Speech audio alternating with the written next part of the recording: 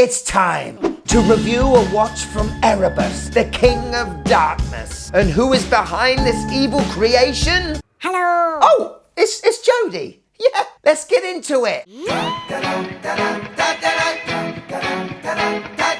Yes, and welcome to the Mad Watch Collector Show. I have been sent a bunch of watches from the legend that is Jody at Just One More Watch. He's only gone and made a watch brand, hasn't he? I was very chuffed and honoured when I got the message from Jody. Hello, Russell. Sorry, the accent's rubbish. I'm making a watch. Would you like to review it? Of course, I said yes. Pre-orders started last week on October the 7th. But the big question is, what do I think about his new watch? Yes, we may be good buddies, but it doesn't mean the watch is not protected from getting a good slamming if it needs it. And without honesty, particularly on a review show, you've got nothing, have you? But to be fair, for the last 7 years and 1,000 videos in, Jody has put a massive emphasis on watches that are value for money. So if this one ain't value for money, he's in trouble. Also, this cannot be a Mad Watch Collector channel review unless we've got the wife's opinion on it as well. That's all to come later. But for now, let's see the watch. Or watches, as Jody sent me loads. Are you hello ready? Let's Erebus go. And here it is, the Erebus Origin. Now, as I said, Jody has sent me 4 other colorways, which I'll show later. I'm going to concentrate on the black version, as this is probably going to be the most popular one. And doesn't it look handsome? Straight away, I've got to be honest, I said, Vanuatu! It does have an inspirational look of the helm Vanuatu, that's for damn sure. But the Origin is more of a daily looking watch than a downright tool, even though Jody has marketed this as an out-and-out tool. It's very legible, isn't it? I mean, you're not going to be able to not tell the time in any sort of atmospheres or any light conditions. Of course, the case and bracelet is stainless steel, and it certainly has an angular vibe. No nonsense, that's for sure. I like the big crown at 3 o'clock and those very cool big angular crown guards. Another word that comes to me straight away is symmetry. The brushed finishing is fantastic throughout this watch, as you can see. And first impressions, this is a very well-made watch. I like it. Quick spec check. It's 41 millimeters in diameter. In 2023, the trend nowadays is to go with a slightly smaller case. But I know Jody and his partner wanted to make their first watch wearable with most wrist sizes. With only a lug-to-lug of 47, this is going to wear pretty good even on me. We got a thickness of 12.5 millimeters and a strapaholic lug width of 20 millimeters. So to be honest, sweet spot measurements there, aiming at the biggest demographic of dive watch lovers. The dial is protected by a flat sapphire glass with inside AR coating, with a screw down crown and a screw down case back. This watch is water resistant to 200 meters. And if we talk about that case back for 1 minute, it's alpha.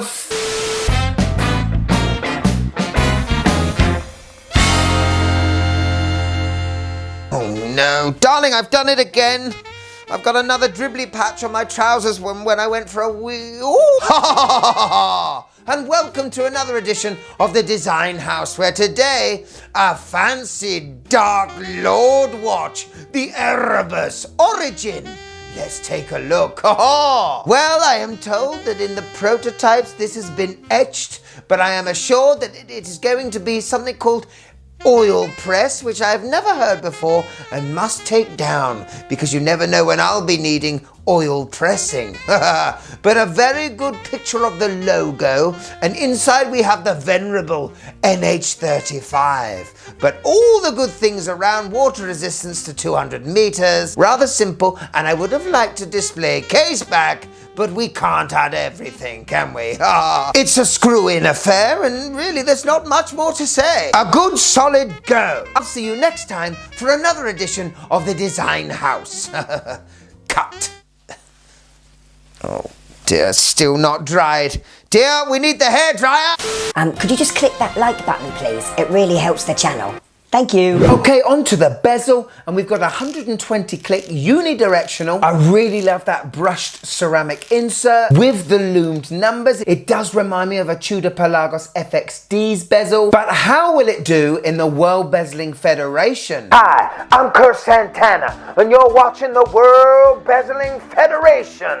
3 rounds, the look, the grip, and the fidgetability. Let's get a bezeling. First of all, we have a ceramic brushed insert 120 click unidirectional. This thing's built for purpose. I do love the brushing on the grip as well as those indents in the coin edging. Very wide spacing, nice. And on to the grip. How much purchase do I have to put into this? Is the ratchet too light or is it too tight? And I have to say, with hardly any backplay whatsoever, the action on this beauty is nice. And on to the fidgetability. How much do I want to twist this bezel morning, noon, and night? Well, together with the brushed finish, the coin edging, and the beautiful ratchet, I have to say this is a twistable mother lover. And with the total score of 22, this puts the Erebus Origin on the Hall of Fame leaderboard. Oh, woo! Bye-bye, bezel lovers. Oh, it is good, ladies and gentlemen, it is. A very tiny amount of backplay. Not usually a lover of 120 clicks, more a 60 click guy, but this is very enjoyable. Have a listen. Oh yeah. Very fidgetable, and they've done well there. Now on to the bracelet, and the Erebus was always designed initially with this H-link one. Solid links, solid end links, all brushed to go with the tooly look of the case. Now the prototypes don't have it, but I know in production, these bracelets will have quick release spring bars. Also, the articulation isn't great on these prototypes, but again, when it comes to manufacturing, that will be taken care of, and the bracelets will be able to hug the wrist a little bit easier. Simple Erebus logo etched in, push button deploying, milled clasp, but I really do love this quick easy link extension, great for on the fly adjustments. And again, like everything about this watch, nothing that's going to blow your socks off, but all the things that you want to be there and are done very well. Time to look at the face. Dial time. And I gotta say, I do love a grainy dial. The texture on these are very cool. And with the black version of this watch, I love the little touches of red. Those little red squares next to the hour markers, the 20 ATM underneath the Origin below the hand stack, and the lovely pop of red on that seconds hand. I must say, as the hour and minute hands are framed in white and also look white, they don't half look quite big. But with this watch, it is all about legibility. The bezel is thin, there's no sloping rehault, so they've been able to get the maximum dial diameter for the size of the case. I, for one, love a chunky bezel and a good old sloping rehault. However, this has been very well thought out, and like I said at the start, reminds me of a Helm Vanuatu, and when you see the blue in a minute, very Pelagosy. The date wheel matches the dial colour, but it doesn't have to make the dial look better, and with that symmetry and legibility, there's nothing really you can moan about. Oh, I've been waiting for this. So we've got loom on the handset, loom on the hour indices, and loom on the bezel insert. Out of 10, let's see how this puppy glows.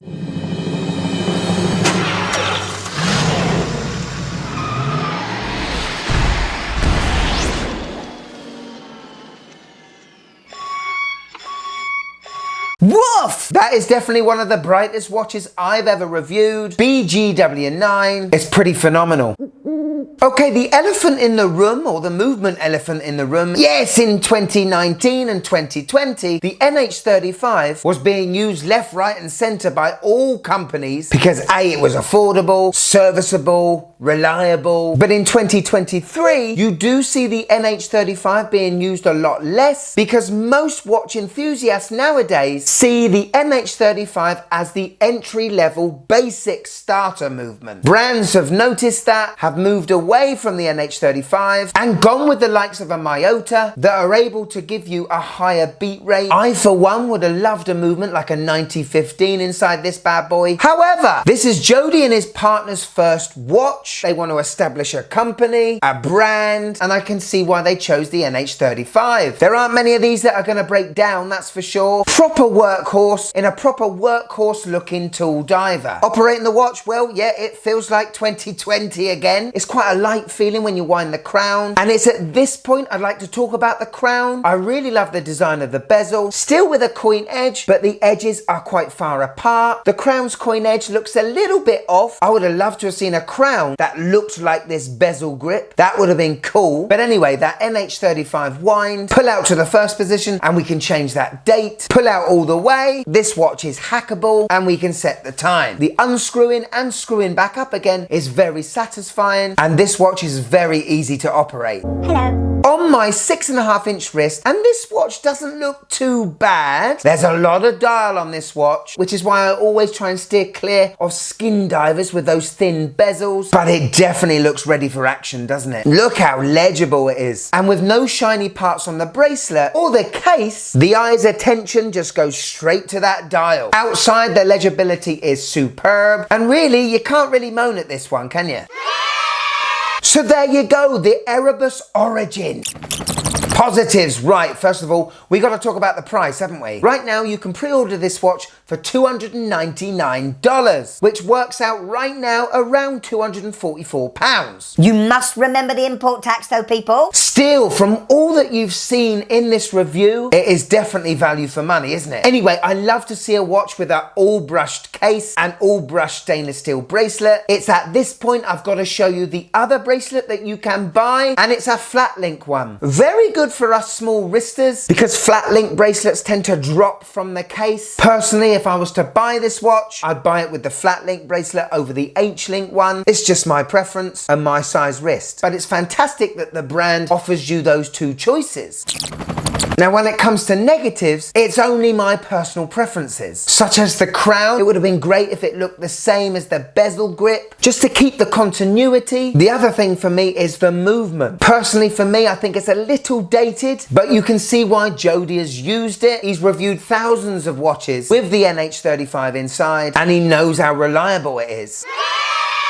So is the Erebus, the ancient god of darkness Origin, a winner or a binner? And you can't say anything other than a winner, can you? I think great value for money, superbly well made case, awesome bracelet and clasp, guaranteed home run. Yes, it does look a little generic, but like I said, Jody wants to establish a company. And in order to establish something, you've got to make something that sells good first. Then you can experiment. Then you can take risks. So here it is, my wife's first impressions of the Erebus Origin. I'm not feeling it. The logo's giving me sniper vibes, and the hands look like they've been made by a child. I'm just not feeling it. Ooh, there you go, Jody. She won't be invited for tea, will she? However, I will say she much preferred the blue one. Just a little bit more. Thank you so much for watching till the end. Get on the website link in the description below and choose your colour. Click here if you want to join the Mad Watch Collector Show. Click down there if you want to see some merch. But more importantly, if I've got you for a few more minutes, click this one. This is sensational. One of my best. Go on, click it. Click it.